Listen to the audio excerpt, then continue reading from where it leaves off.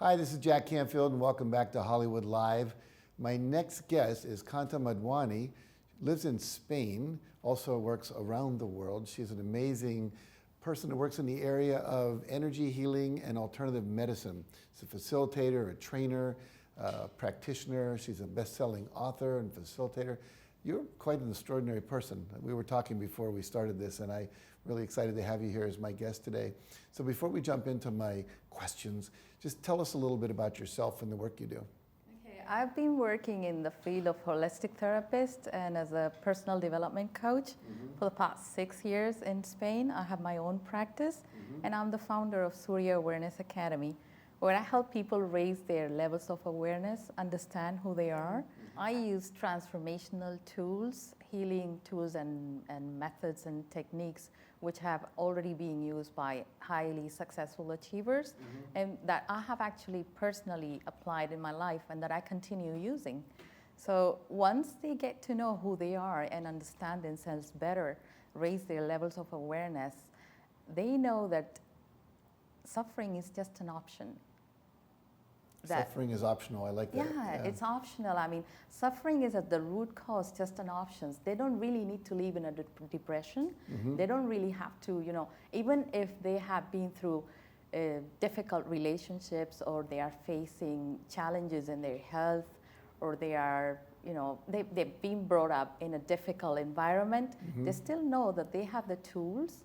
And in fact, those tools are not resources that they have to access outside themselves, but that they are inbuilt in themselves. So once they understand that, they are ready to take the next level in their lives, and they are ready to, to access, to have an amazing breakthroughs. That's great. That's great. So think about this. Somewhere in your life, there was a defining moment, a transitional experience, an event, a person, a book you read. What got you from being a normal kid, a normal person as an adult, whatever you were doing before you got it? What was that event that drove you into this career that you now have? Actually, I was always very passionate about helping people. Even though before I got into this career, I was always, coaching, helping my students when I was in the IT industry, helping my colleagues. The turning point was that I was always giving, and ended up draining my energy. And due to being brought up in a difficult environment, I kind of ended up believing that I wasn't good enough, that I wasn't that perfect kid, and that I had to compete, constantly proving myself. And to a certain point, I ended up draining my energy completely until I ended up bedridden for more than 2 years. Oh, really? Yeah. Wow. Once I overcame all those barriers, I finally, kind of did an inventory of what I went through in my life and took 100% responsibility for it. I mean, in the past, I was obviously blaming my circumstances, my karma, my ancestors, and every kind of situation that I went through in my life. It's my ancestors' fault. Yeah, it is the climate. It's everything. I mean, it's my parents, it's my siblings, it's everything, even the experiences that I had. But once I understood that it wasn't them, it was about myself, and that everybody was doing their best with the tools, with the skills, and the understanding and the awareness that they had. And even myself, I didn't have to blame myself, because it was those experiences which actually brought me to where I am today. And you have been a great inspiration, Jack. Well, thank you. And Deepak Chopra and other great masters, and the spiritual master that I had in India, who didn't allow me to, focus on those limiting beliefs, cultural limiting beliefs, because I had spent years and years doing meditation, which is very good, which has helped me today. But it wasn't about being a cave woman standing there all the time. I mean, there was more about life. There was more to life. And once I understood that and I got the tools as well, it was an ardent desire. I wanted to help people. I just wanted to, because I was my own support system, and I know and I understand people. I mean, it's not only because they don't want to get where they want, it's because they don't have the tools, they don't have that awareness.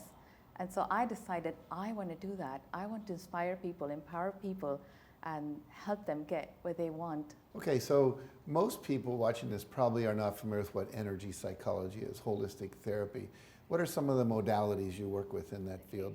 I'm working with modalities which are based on quantum physics, like observation. I work a lot with sadhanas. I work with the emotional freedom techniques like Be Set Free Fast. So this is the tapping? It's not actually tapping. Oh. You don't really do the tapping because you're using cues, which acts like signals. And it's exactly the same thing as if you're doing the tapping on the meridian points. Oh. But you don't necessarily need to do the tapping. That's for the lazy people. It's for the lazy people. Fabulous, fabulous. So if I was your client and I came in to see you, how would you start working with me? First of all, I would ask you to share with me what are the to share with me about 3 or 4 successes in your life. And if the person comes to me and says, no, my life is just a mess, I mean, don't ask me. I will still encourage the person. I don't talk about disease. I don't talk about problems when someone comes to me. The first thing is that the first thing I focus on is just tell me a little bit about yourself. Forget about your families, about your problems, or anything.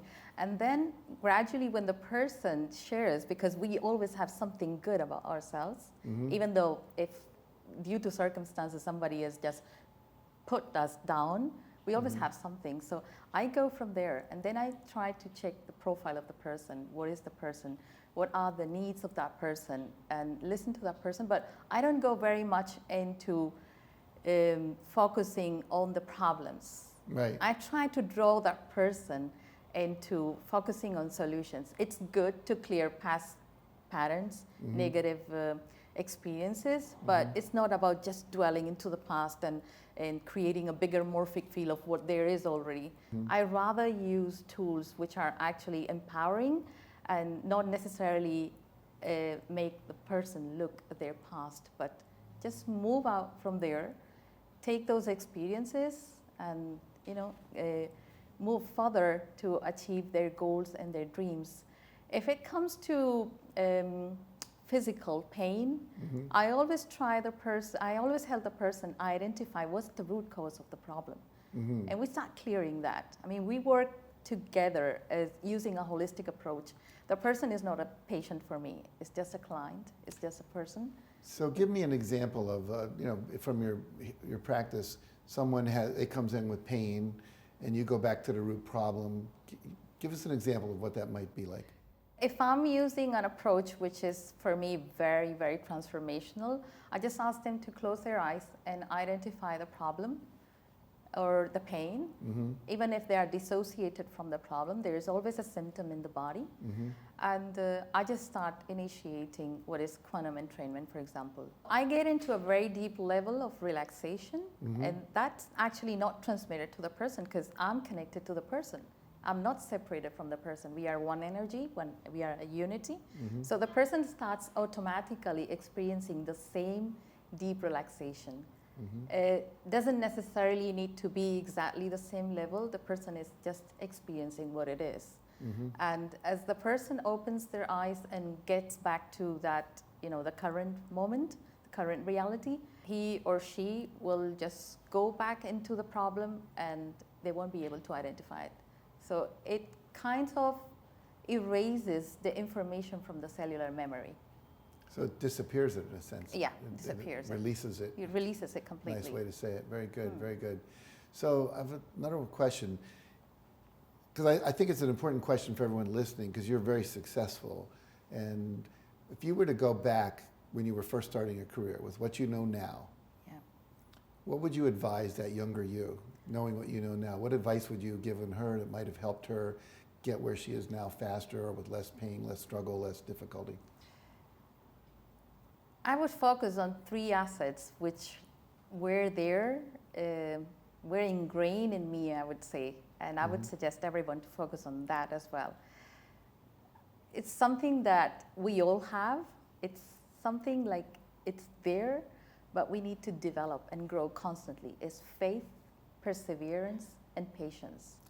These are the 3 things which have really helped me throughout my career, throughout my personal life. And I would say that's the biggest drill that I've had throughout my life. Faith, perseverance, and patience. And patience. It's a good combination. Yeah. Thank Very you. good. I love you. You're great. So if people wanted to get a hold of you and work with you, where would they go? They could connect with me through my website. It's www.kantamotwani.com.